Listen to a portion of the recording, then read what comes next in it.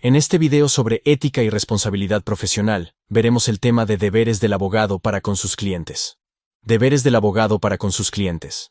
La relación de abogado y cliente debe fundamentarse en la absoluta confianza, prepararse adecuadamente y ser diligente.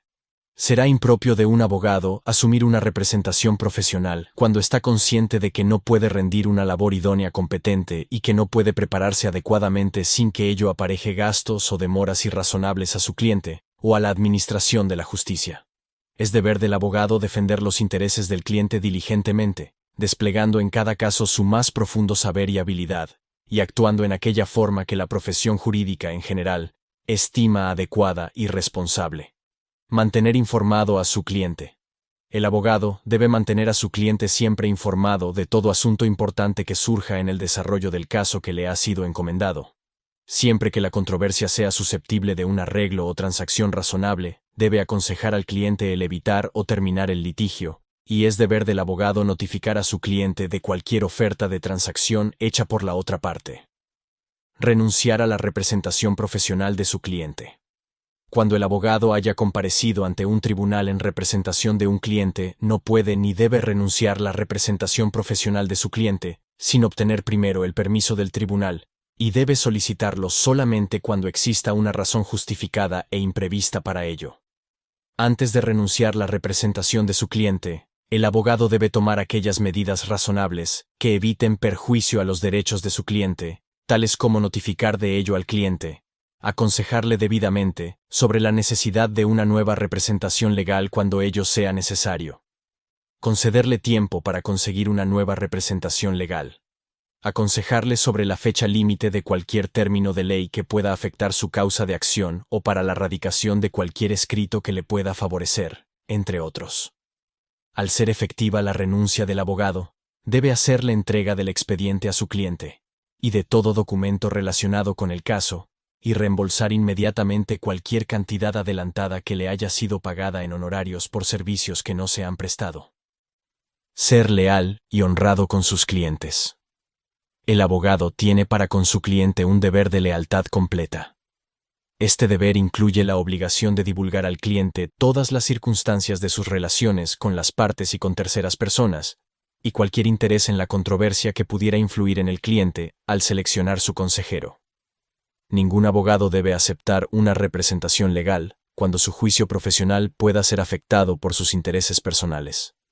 No es propio de un profesional el representar intereses encontrados. Un abogado representa intereses encontrados cuando, en beneficio de un cliente, es su deber abogar por aquello a que debe oponerse en cumplimiento de sus obligaciones para con otro cliente. La obligación de representar al cliente con fidelidad incluye la de no divulgar sus secretos o confidencias y la de adoptar medidas adecuadas para evitar su divulgación. Un abogado no debe aceptar la representación de un cliente en asuntos que puedan afectar adversamente cualquier interés de otro cliente anterior, ni servir como árbitro, especialmente cuando el cliente anterior le ha hecho confidencias que puedan afectar a uno u otro cliente, aun cuando ambos clientes así lo aprueban. Un abogado que representa a una corporación o sociedad le debe completa lealtad a la persona jurídica, y no a sus socios, directores, empleados o accionistas, y solamente puede representar los intereses de dichas personas cuando los mismos no vengan en conflicto con los de la corporación o sociedad. Cuando un abogado representa a un cliente por encomienda de otra persona o grupo, quien le paga al abogado por dicho servicio, debe renunciar a la representación de ambos tan pronto surja una situación de conflicto de intereses entre la persona o grupo que le paga sus honorarios y la persona a quien representa. Veamos la doctrina de norma de descalificación imputada, o vicaria, para determinar si procede descalificar a un bufete completo o a un grupo de abogados debido a la descalificación de uno o más de sus miembros, por razón de conflicto de intereses. Hay que evaluar la norma de descalificación imputada, o vicaria. Cuando un abogado cambia de bufete, la presunción de confidencias compartidas comprende dos modalidades: que el abogado tuvo acceso a información confidencial en el bufete de donde provino, y o que el abogado va a compartir esa información en el nuevo bufete. La presunción solo aplica en aquellas afiliaciones o grupos de abogados caracterizados por el libre flujo y fácil acceso a información, o por incentivos considerables para que los abogados compartan información. En un bufete de solo 3 socios, Es difícil contemplar medidas que reduzcan adecuadamente el riesgo de divulgación indebida y que ofrezcan una garantía sólida al cliente afectado. Cuando unos abogados están afiliados en un bufete y alguno de ellos está sujeto a la descalificación primaria por conocer confidencias de un cliente anterior, siempre existe un riesgo considerable de que tales confidencias sean accidental o deliberadamente compartidas. Una presunción irrefutable de confidencias compartidas entre el abogado descalificado y los demás integrantes del bufete es precisamente una forma de ofrecer esta garantía.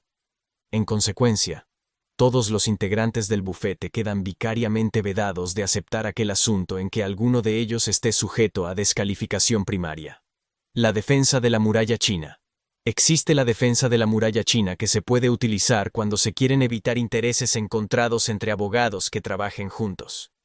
Esta defensa consiste en establecer una serie de prácticas o procedimientos con el propósito de canalizar el flujo de información dentro de un bufete, de suerte que se proteja su confidencialidad y se salven situaciones de conflicto de intereses. Evitar testificar en beneficio de su cliente. Excepto cuando sea esencial para los fines de la justicia, el abogado debe evitar testificar en beneficio o en apoyo de su cliente. Un abogado debe renunciar a la representación de su cliente cuando se entera de que el propio abogado, un socio suyo o un abogado de su firma, puede ser llamado a declarar en contra de su cliente. No adquirir interés o participación alguna en litigios.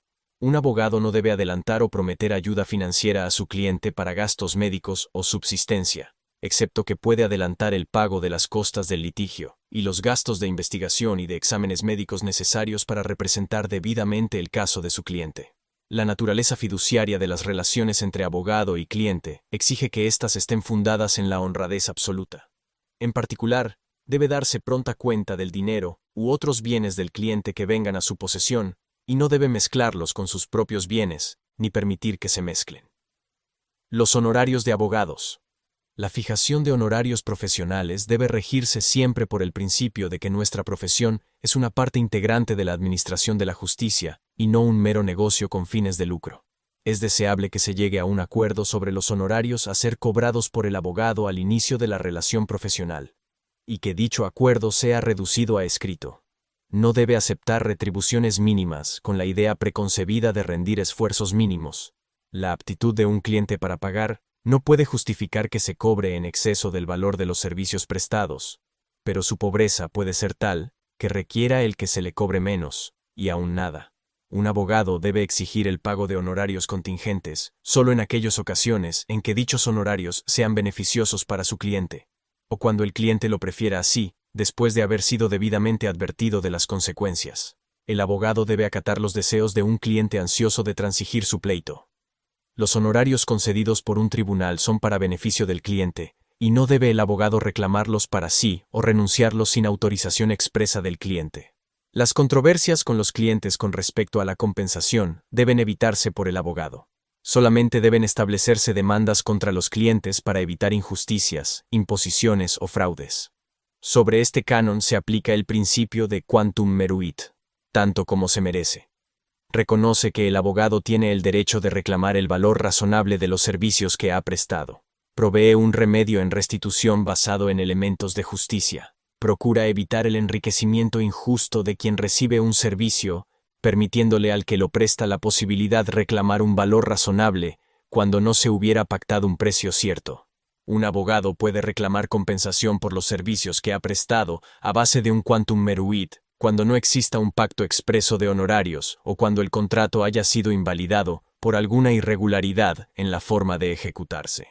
Si existe un pacto expreso de honorarios, aplicará el principio pacta sunt servanda. No aplica quantum meruit.